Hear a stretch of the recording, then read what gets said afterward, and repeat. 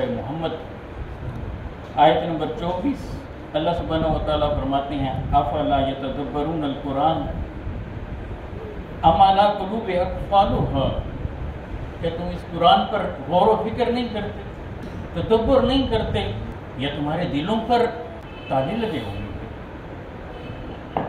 یعنی قرآن مجید کا سب سے بڑا جو پیغام ہے وہ یہ ہے کہ قرآن مجید کو سمجھا جائے اور سمجھنے کے بعد قرآن مجید پر عمل کیا جائے۔ اور قرآن مجید پر عمل کب ہوگا؟ جب ہم قرآن مجید کو سمجھیں گے۔ اس لیے قیامت کے دن اللہ سبحانہ و تعالیٰ کی بارگاہ میں کھڑے ہو کر رسول اکرم صلی اللہ علیہ وآلہ وسلم اللہ سبحانہ و تعالیٰ سے اپنی قوم کے بارے میں یہ کہیں گے کہ انہوں نے قرآن کو چھوڑ رکھا تھا۔ اور یہ سورہ فرقان ہے آیت نمبر 30، وقال الرسول یا ربی ان قوم اتخذوا ھذا القرآن مہجورا۔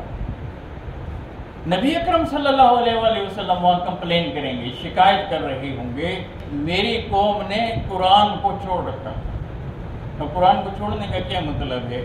یعنی نہ اسے سمجھتے تھے نہ اس پر عمل کرتے تھے۔ ایمان لاتا ہے بندہ اور ایمان کے نتیجے میں اعمال صالح کرتا ہے، اس کی زندگی کے اندر تبدیلی ہونی چاہیے، بدلاؤ ہو، اللہ اور اللہ کے محبوب صلی اللہ علیہ وآلہ وسلم کے احکامات کے مطابق زندگی کو ڈھالنے کی کاوش اور کوشش ہے۔ اور یہ قرآن جب پڑھتا ہے انسان تو اس کے اندر وجل پیدا ہوتا ہے، خوف پیدا ہوتا ہے، کب کبھی طاری ہو جاتی ہے۔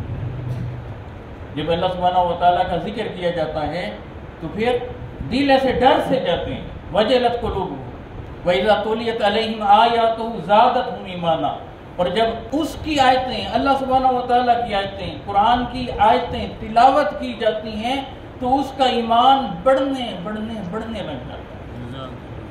تو آج ہمیں ضرورت اس بات کی ہے کہ اپنا محاسبہ کریں کہ قرآن مجید کو پڑھ کر ہم اس پر عمل کتنا کر رہے ہیں، کتنا عمل کر رہے ہیں۔ اللہ سبحانہ و تعالیٰ سے ہم نے توفیق مانگنی ہے، باری تعالیٰ ہمیں قرآن پر عمل کی توفیق دے، قرآن کو سمجھنے کی توفیق دے۔ آج ہمارا معاشرہ کس طرح کا ہے؟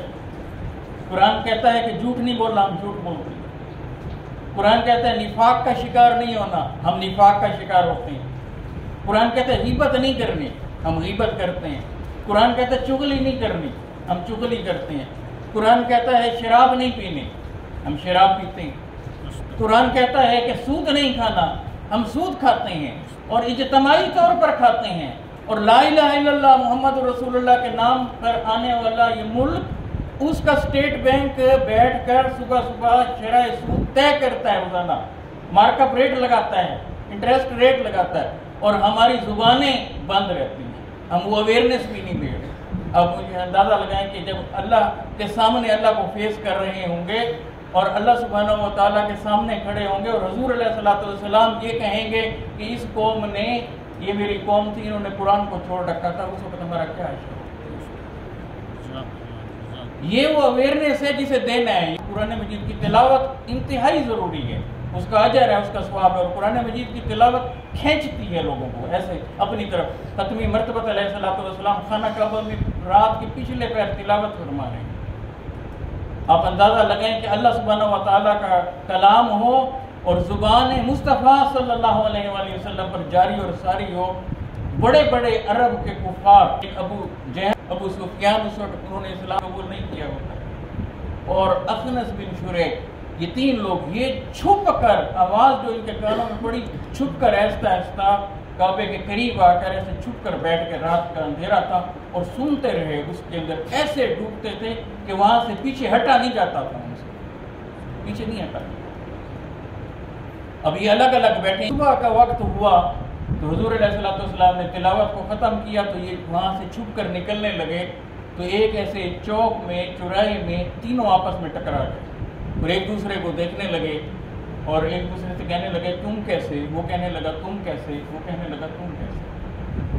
قرآن کی پاور کو دیکھیں، قرآن کی صرف تلاوت چل رہی ہو تو وہ کیسے کھینچتا ہے۔